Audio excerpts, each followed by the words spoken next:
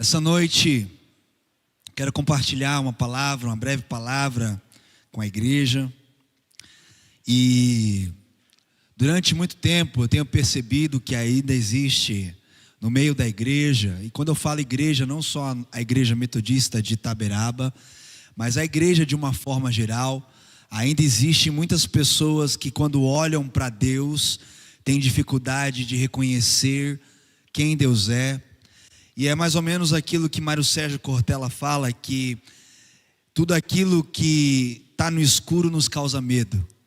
E às vezes parece que Deus está no escuro, porque a gente não conhece. O escuro é desconhecido. E às vezes por nós não conhecermos, e eu não falo nós de uma forma generalizada, mas eu falo nós, os cristãos, por não ter certa intimidade com Deus, não conhecer o que as Escrituras falam sobre Deus, apontam sobre Deus, nós vamos ficando no escuro em algumas coisas.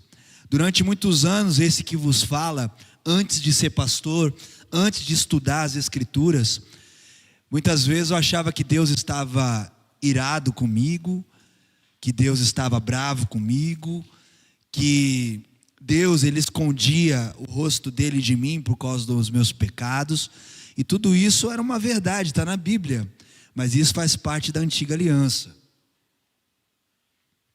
Então eu não tinha um relacionamento muito bom com Deus, mesmo sendo da igreja, e mesmo sendo crente desde berço.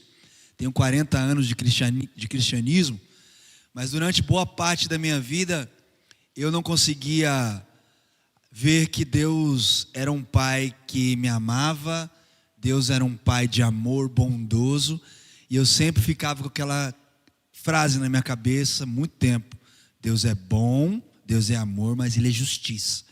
E quando eu falava Ele é justiça, com essa ênfase, Ele é justiça, até franzia a sobrancelha assim, e dizia: Ele é bravo, Ele vai me arrebentar. Se eu pisar na bola, Ele vai acabar comigo, vai me mandar para o inferno, de mala e coelho.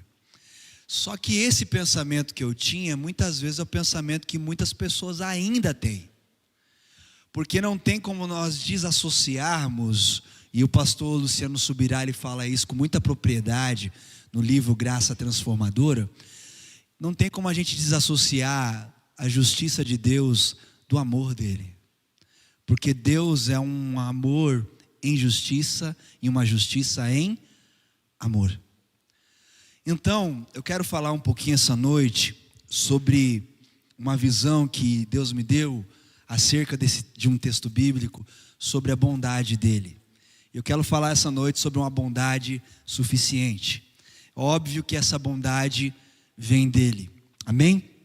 Quero convidar então para que eu e você possamos ler o texto de Mateus. Deixa eu ver se eu consigo mudar aqui na canetinha.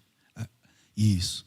Aqui tem uma frase que a gente costuma dizer, na verdade: Deus é bom em todo o tempo, e em todo o tempo Deus é bom. Tem uma frase que a gente costuma dizer, só que tem vezes que a gente, mesmo dizendo essa frase, mesmo verbalizando essa frase, nós ainda temos um pouco de dificuldade de ver e de conhecer um Deus bom.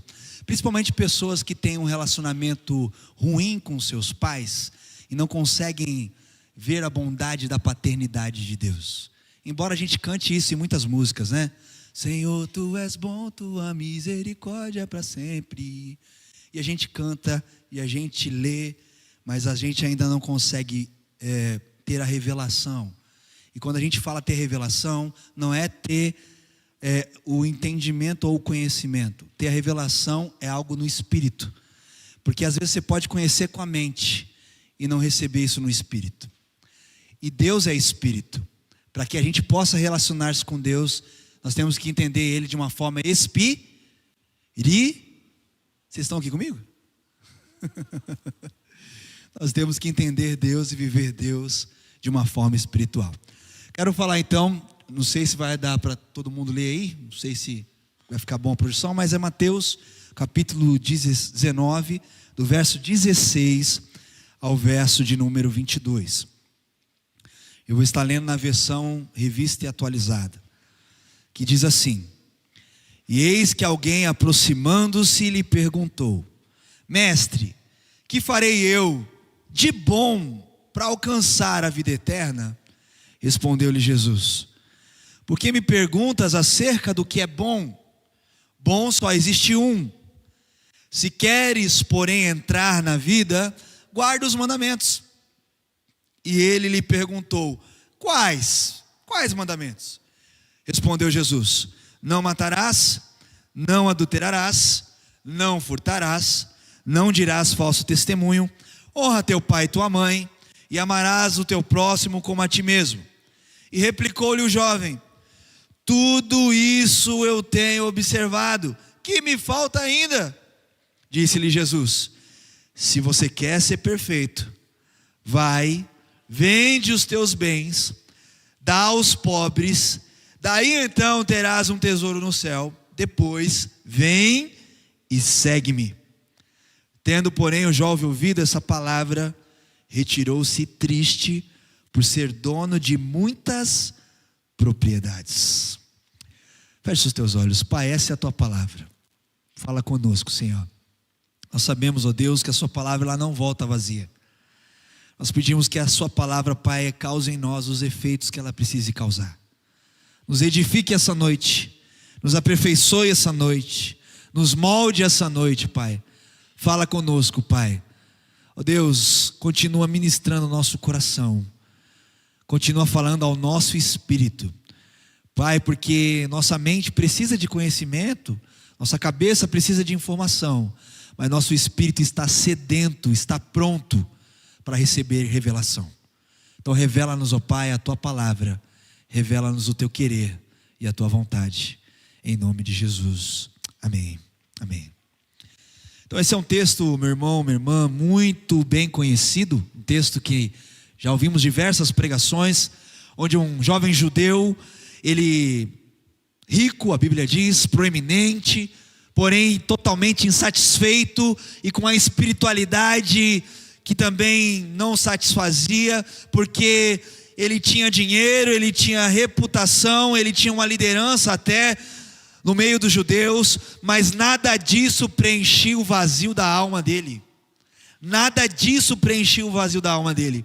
Ele conhecia Deus, ele frequentava a religião, mas nada disso que ele tinha preenchia a alma dele. Ele tinha riqueza na casa dele, mas ele tinha pobreza na alma dele.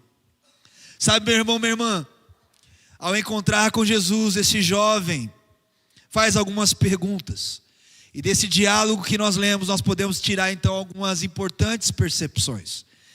Percepções essas que são muito boas para cada um de nós essa noite, para que possamos aí ser fortalecidos na palavra e entendermos a bondade do Senhor, a graça desse Deus maravilhoso, desse Deus bom. A primeira percepção então que o texto traz é: o que fazer de bom? Quando se trata da bondade de Deus, o que fazer de bom? O verso 16 que nós lemos, o jovem disse para Jesus: Mestre, que farei eu de bom para alcançar a vida eterna? O que eu tenho que fazer de bom para ser salvo? O que eu tenho que fazer de bom para ter um terreninho no céu? O que eu tenho que fazer de bom para ter um lotezinho para morar lá na glória?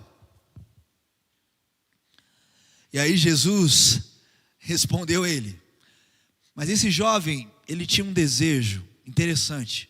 Ele tinha um desejo sincero de querer a vida eterna. Ele tinha um desejo sincero, mas ele estava enganado da forma como obter a vida eterna. Meu irmão, minha irmã, ele queria sim a salvação, mas ele queria a salvação pelas boas obras. O que eu tenho que fazer de bom? Qual boa obra que eu tenho que fazer? O que eu tenho que fazer de bom?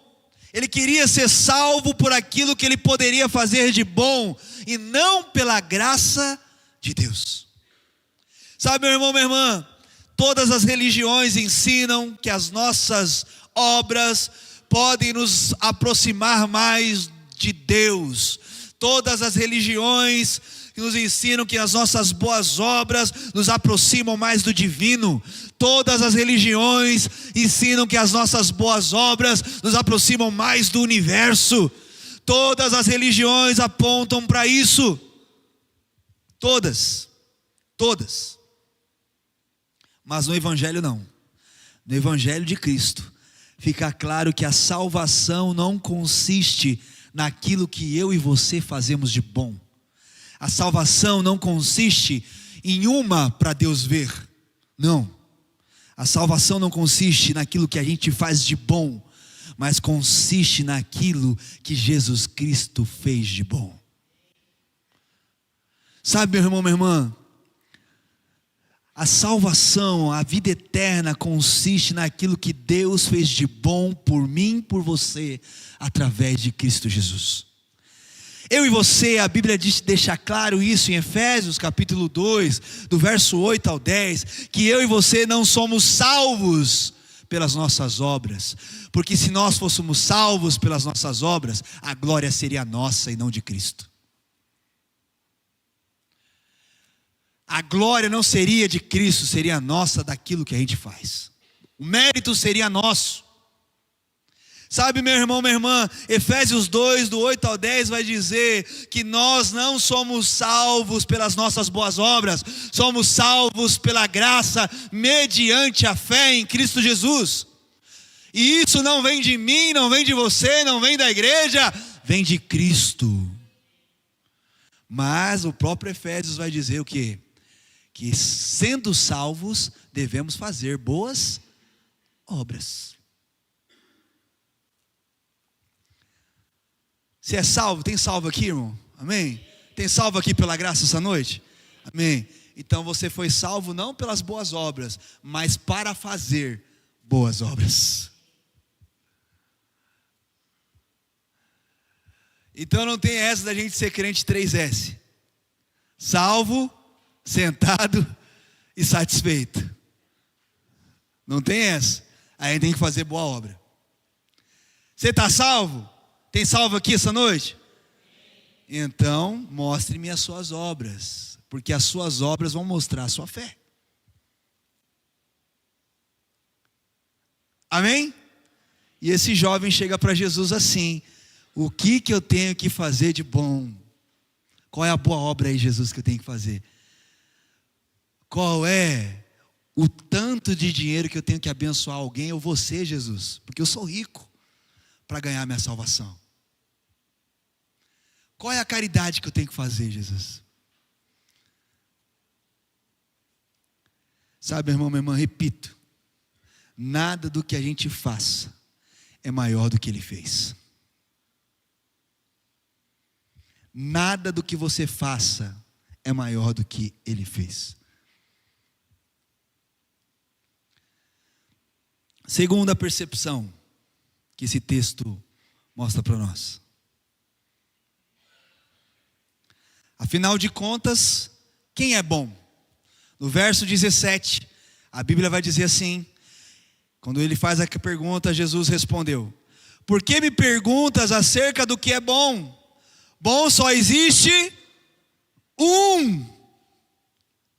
Bom só existe um. Afinal de contas, quem é que é bom?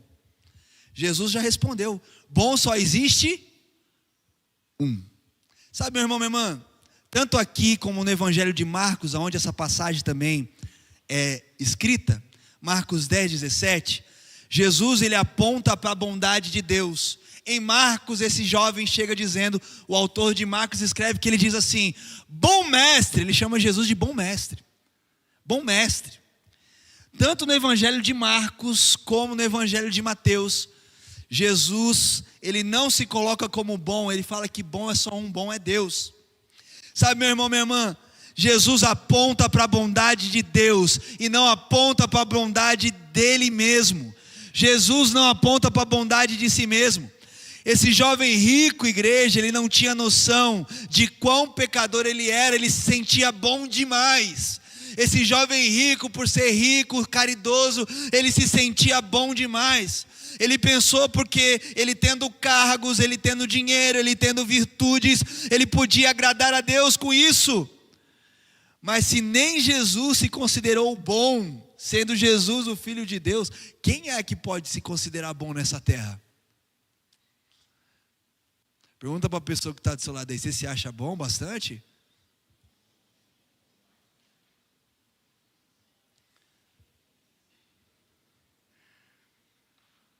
Se nem Jesus se considerou bom, quem é que pode ser bom o suficiente? Sabe, igreja, alguns intérpretes da Bíblia, eles tentam explicar por que Jesus não se considerou bom nessa passagem. Alguns intérpretes da Bíblia diz alguns motivos. Diz que Jesus não se considerou bom porque bom é só quem conclui a boa obra, a exemplo de Deus. Deus Pai, quando Ele concluiu toda a obra que Ele tinha que fazer, criou a humanidade, criou o universo, criou as pessoas, e aí Ele concluiu. Quando Ele consumou isso, Ele viu que era bom e era muito bom. Por isso Deus é bom, porque bom é quem conclui. Alguns teólogos vão dizer isso. E Jesus ainda, nesse tempo de diálogo, Ele não tinha consumado a obra da redenção na cruz. Por isso que Ele não se achou bom, porque Ele não consumou ainda a obra que Ele tinha que fazer. Por isso Ele disse, eu não sou bom.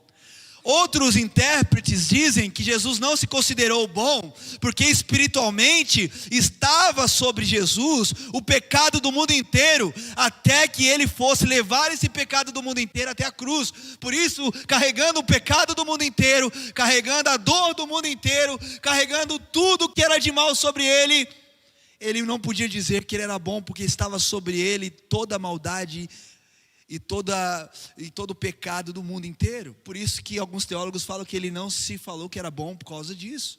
Estava sobre Ele a maldade do mundo inteiro. Sabe, meu irmão, minha irmã, outros teólogos vão dizer que Jesus não aceitou ser chamado de bom, para mostrar para aquele jovem, para que ele visse a si mesmo, que ele olhasse para ele mesmo como um pecador, antes de se ajoelhar diante do bom Filho de Deus. Porque talvez aquele jovem se chegou diante de Deus com toda a pompa, com toda a ousadia, ele ia ser chamando Jesus de bom, ou querendo mostrar para Jesus também a bondade que ele tinha, por cumprir os mandamentos. Já outros teólogos dizem que, como a bondade é uma prerrogativa de Deus, se Jesus para o jovem fosse apenas um mestre, um rabino, não merecia ser chamado de bom, porque ele era como qualquer outra pessoa. Mas se ele fosse reconhecido por aquele jovem como verdadeiramente bom, então ele era verdadeiramente Deus. É mais ou menos o que Jesus estava querendo dizer assim: você tem certeza que eu sou bom? Você só está me vendo como um rabino, ou você está tendo a certeza que eu sou bom? Que eu e Deus somos uma pessoa só? Enfim, de qualquer forma, igreja, Jesus está direcionando a atenção daquele jovem, naquele momento, naquele diálogo, diretamente para Deus, porque Deus é o verdadeiro padrão de bondade. Sabe, igreja, é errado eu e você, nós nos acharmos bons, biblicamente se dizendo. A Bíblia nunca afirma que nós somos bons, pelo contrário. Isaías capítulo 64, verso 6, diz que nós somos imundos, e toda a nossa justiça própria é trapo de imundícia, aos olhos de Deus. O próprio Jesus também, lá em Mateus capítulo 7, verso 11, vai dizer assim, vós que sois maus. Ele não diz que a gente é bom, ele diz que a gente é mau. Vós que sois maus, sabei dar boas dádivas aos seus filhos. Jesus não chama a gente de bom, é a gente que se chama de bom. Eu sou bonzinho, hein? Eu sou o cara. Mas a Bíblia não diz isso. Porque se a gente não reconhecer a nossa maldade, se a gente não reconhecer o nosso pecado, se a gente não reconhecer a nossa limitação, para que a gente precisa de Jesus?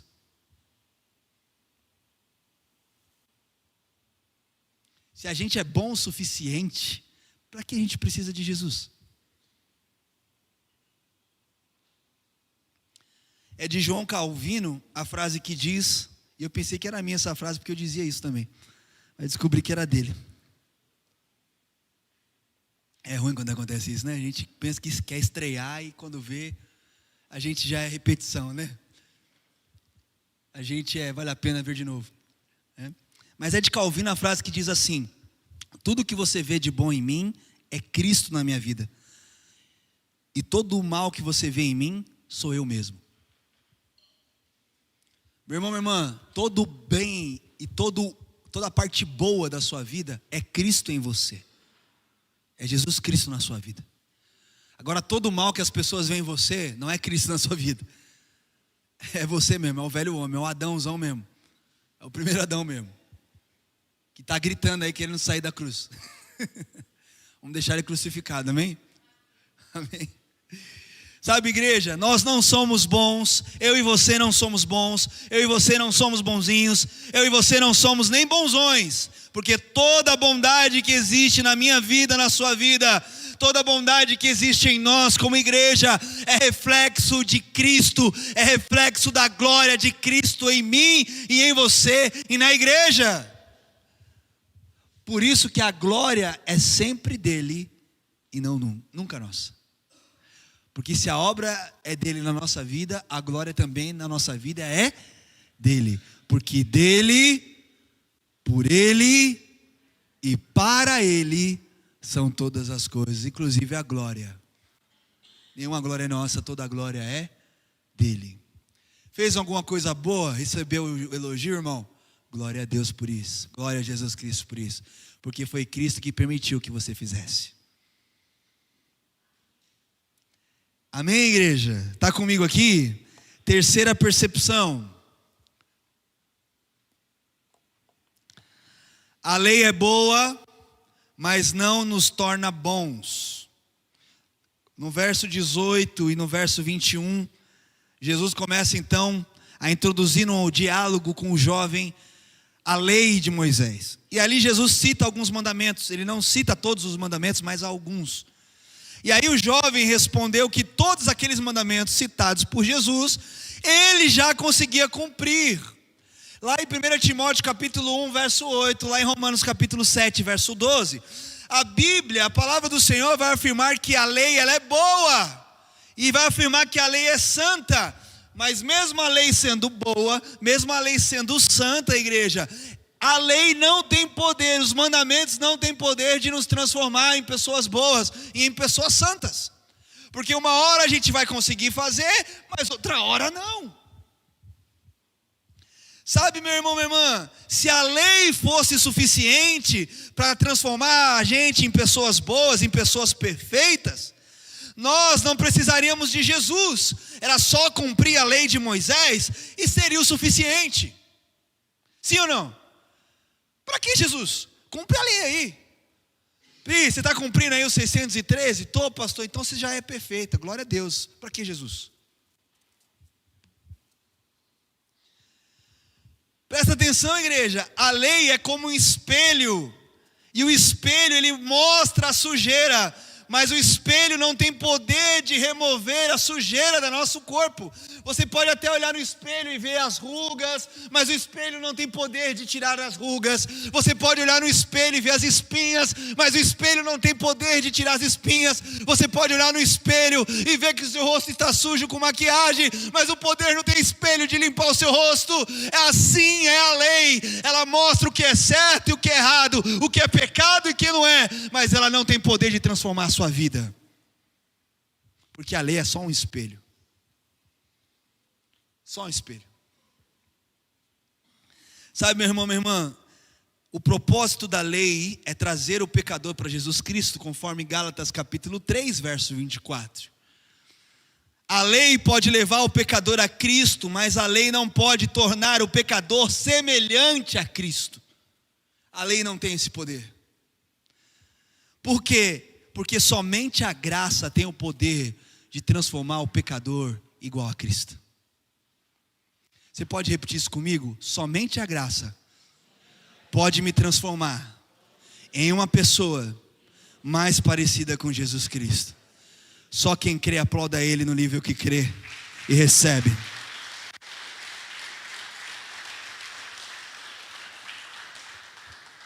E no diálogo com aquele jovem, Jesus estava tentando mostrar para ele isso. Não adianta você cumprir a lei, você precisa de mim, você precisa da graça.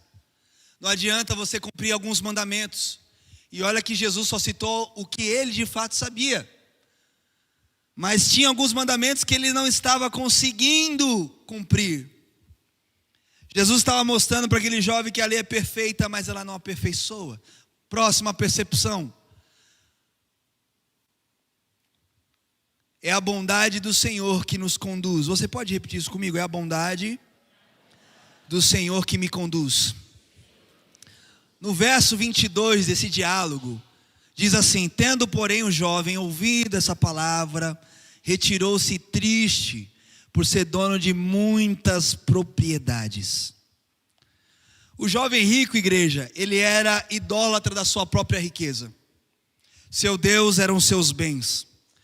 Jesus citou alguns mandamentos que ele cumpria, mas ele quebrou dois principais mandamentos. O jovem rico quebrou dois principais mandamentos no diálogo com Jesus. Quais, pastor? Ele quebrou o mandamento de amar a Deus acima de todas as coisas e quebrou o mandamento de amar ao próximo. Pastor, mas não está escrito isso no texto? Está sim. Quando ele não quis compartilhar a riqueza com o próximo, ele não amou o próximo. Quando ele não quis abandonar a riqueza para seguir Jesus Cristo, que era o próprio Deus na terra, ele não amou mais a Deus do que todas as coisas. Está vendo como é impossível a gente cumprir todos os mandamentos? A gente sempre vai falhar em alguma coisa. Sempre vamos falhar em alguma coisa.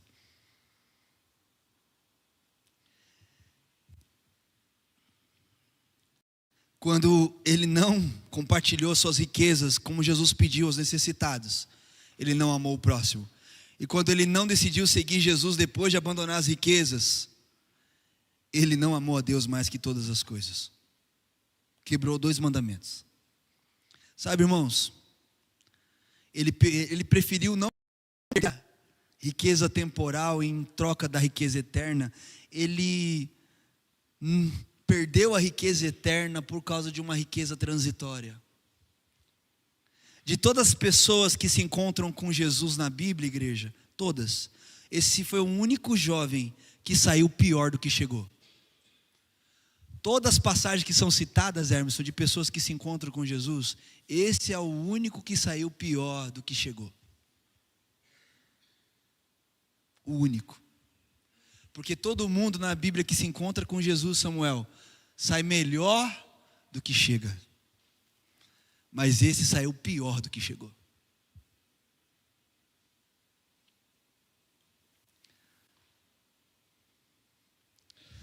Sabe, igreja, a Bíblia vai dizer que ele saiu pior do que chegou. A Bíblia diz que ele se retirou triste. E o apóstolo Paulo, lá em 2 Coríntios capítulo 7, verso 10, ele escreve o seguinte: que a tristeza segundo Deus produz arrependimento. A tristeza segundo Deus produz arrependimento. Como assim, pastor? Vou te dar um exemplo. Zaqueu se arrependeu e foi salvo. E Zaqueu tinha muito dinheiro. É interessante que no Evangelho de Lucas, esses dois textos estão próximos. O de Zaqueu, que era rico, se arrependeu e ajudou, repartiu tudo que tinha, né? Resolveu dar metade de todos os seus bens e restituir 4 vezes mais. E esse, que saiu triste da presença de Jesus, arrependido, mas uma tristeza que produz morte e não salvação. Sabe, meu irmão, minha irmã, na antiga aliança existia arrependimento. Na antiga aliança já existia arrependimento. E nós lemos um dos textos que a Silvana citou, na antiga aliança. Já existia lá de Crônicas 7,14, 2 Crônicas 7,14. Já existia arrependimento na antiga aliança. Mas era um arrependimento que dependia da gente, das nossas ações, do nosso jejum, do nosso quebrantamento. Mas a nova aliança não.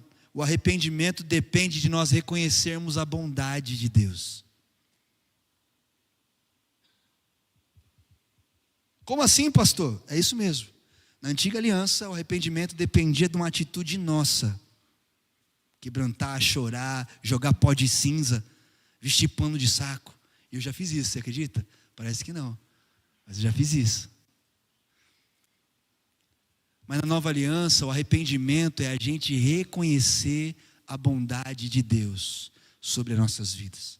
Pastor, está isso na Bíblia? Está sim, meu irmão. O mesmo Paulo que fala que a tristeza segundo Deus salva e a tristeza segundo o mundo mata, o mesmo Paulo, ele diz isso, que a riqueza da bondade do Senhor, quando nós reconhecemos a riqueza da bondade do Senhor, que nós somos conduzidos ao arrependimento. Romanos capítulo 2, verso 4.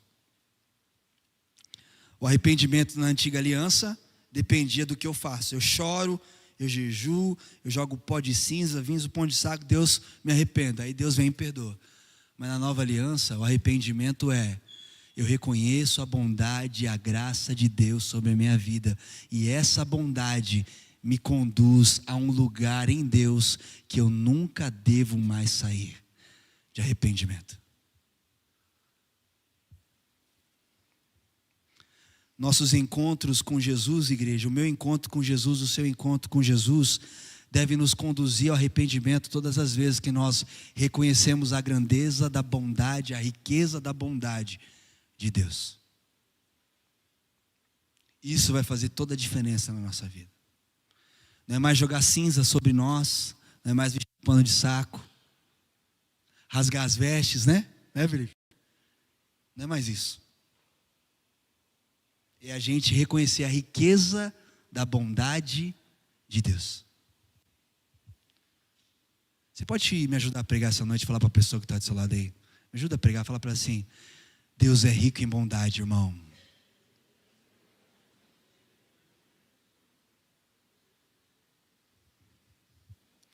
E para a gente finalizar, o último ponto, uma coisa que nós percebemos, a quinta percepção e última, é a bondade e a misericórdia. O Salmo de número 100, verso 5, o salmista já na antiga aliança, ele anunciava: porque o Senhor é um Deus bom e a sua misericórdia não dura só a antiga aliança, dura para sempre. Porque Deus é bom, Salmo 100, verso 5, e a sua misericórdia dura para sempre. Porque Deus é bom e a sua misericórdia durou até 1980? Não. Durou até 1999? Durou até o bug do milênio, ano 2000? Não. A misericórdia do Senhor, a bondade e a misericórdia dele dura para sempre. Sabe, meu irmão, minha irmã, o maior intuito de Jesus era que esse jovem rico o seguisse. Esse era o intuito dessa conversa. Jesus queria que esse jovem rico se tornasse um discípulo dele. Não adianta, meu irmão, minha irmã, eu e você seguimos leis, eu e você seguimos métodos, não adianta eu e você seguimos pessoas, não adianta eu e você seguimos até carreiras, se eu e você não seguirmos Jesus. Não adianta. E quem segue ao Senhor receberá dele bondade, quem segue ao Senhor receberá dele misericórdia. E não só isso, meu irmão, minha irmã, ele fará algo maravilhoso. Ele fará com que a bondade dele, com que a misericórdia dele também nos siga. Sabe, irmão, irmã, a gente segue muita coisa, mas ao seguir Jesus, tem alguma coisa que nos segue. Bondade e misericórdia nos seguirão todos os dias da nossa vida. Não é um pouquinho, não é uma semana, não é um mês, mas são todos os dias da nossa vida. Quando? Quando eu sigo o bom pastor. Quando eu sigo o bom pastor. Essa misericórdia, meu irmão, minha irmã, vai nos seguir. Ele fará com que essa bondade, essa misericórdia seja suficiente, permanente sobre a minha vida, sobre a vida de cada um de nós, a ponto dessa bondade, dessa misericórdia seguir nossa vida e fazendo a gente habitar com o Senhor. E ali não diz habitar na casa do Senhor, mas diz habitar com o Senhor para sempre. Salmo 23, verso 6 não diz habitar na casa do Senhor, diz habitar com o Senhor para sempre. Sabe, meu irmão, minha irmã, concluindo, muitas pessoas nos dias de hoje tanto os de fora da igreja quanto os que já são da igreja, vivem em torno de uma bondade própria, muitas vezes até sem perceber. Os que são de fora da igreja utilizam a sua bondade para não precisar da igreja e nem para se comprometer com Jesus. Como funciona isso? Eles dizem o seguinte: para que ir para a igreja? Eu não faço mal para ninguém, eu não roubo, para que ir para a igreja? Eu não mato, eu não prejudico a vida de ninguém. Afinal de contas, para que Jesus? Para que ir para a igreja? Eu sou suficientemente bom. Como se na igreja nós só ensinássemos questões morais. E pessoas que pensam assim, que são boas, que não fazem o mal, sabe que embora não façam mal para ninguém, não estejam prejudicando ninguém, estão prejudicando a si mesmos sem perceber. Como? Estão prejudicando a si mesmos sem perceber, porque a igreja não é um fim em si mesmo. A igreja aponta para Jesus. A igreja aponta para Jesus. A igreja não aponta para leis morais. A igreja aponta para Jesus. Sabe, meu irmão, minha irmã, agora os que já são de dentro da igreja, baseiam sua bondade talvez na sua expressão religiosa. Eu já vou para a igreja, eu leio a Bíblia, eu até jejuo, eu oro, eu sou ativo no ministério, e assim como o jovem rico, eu já cumpro alguns mandamentos.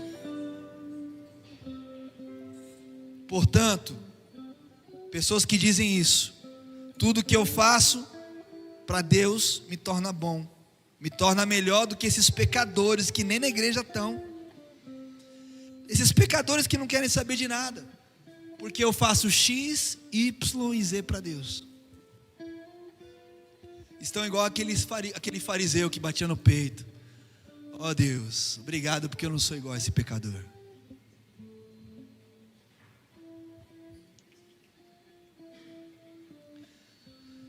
Igreja, tanto quem não tem igreja, quanto o religioso que cumpre disciplinas espirituais, tanto um quanto o outro precisa nascer de novo. Tanto um quanto o outro precisa nascer de novo. Porque o evangelho, igreja, o evangelho de Cristo, não é sobre pecadores que se policiam para não pecar. O evangelho não é sobre pecadores que se esforçam para serem bons. O evangelho é sobre pecadores que, crendo em Jesus Cristo, estão mortos para o pecado e nasceram para reconhecer a riqueza da bondade de Deus. É sobre isso que trata o evangelho. Meu irmão, minha irmã, os que estão de fora da igreja podem ir para o inferno bonzinho, pois o que salva é a bondade de Deus em Cristo e não as suas boas obras. E o outro, na sua religiosidade, fazendo e acontecendo religiosamente, pode ir para o inferno, dizendo para o Senhor assim: mas Senhor, em teu nome eu curei, em teu nome eu expulsei demônio, em teu nome eu preguei, em teu nome eu toquei no louvor, Senhor, em teu nome eu dancei na igreja, em teu nome a gente fez até conferência, Jesus. Afasta-te de mim, porque eu não te conheço. Porque, Claudete, não tem a ver com o que a gente faz, tem a ver com o que Ele fez. Tem a ver com o que Ele fez. E se a gente não reconhecer isso, estamos perdidos. Estamos perdidos. Meu irmão, minha irmã, meu intuito essa noite é que você de fato reconheça no teu espírito que Deus é bom, mas não só bom, Ele é ricamente bom para você, para sua casa, para sua família. E quando você, assim como eu, reconhece isso, você vai ver que nada vai te faltar. E você vai estar com Ele todos os dias da sua vida. E não só isso, a bondade dEle e a misericórdia dEle vão estar com você aonde você estiver. Você pode estar no mais rico palácio ou no buraco mais fundo. A bondade e a misericórdia dele estarão com você. Se coloque em pé no seu lugar.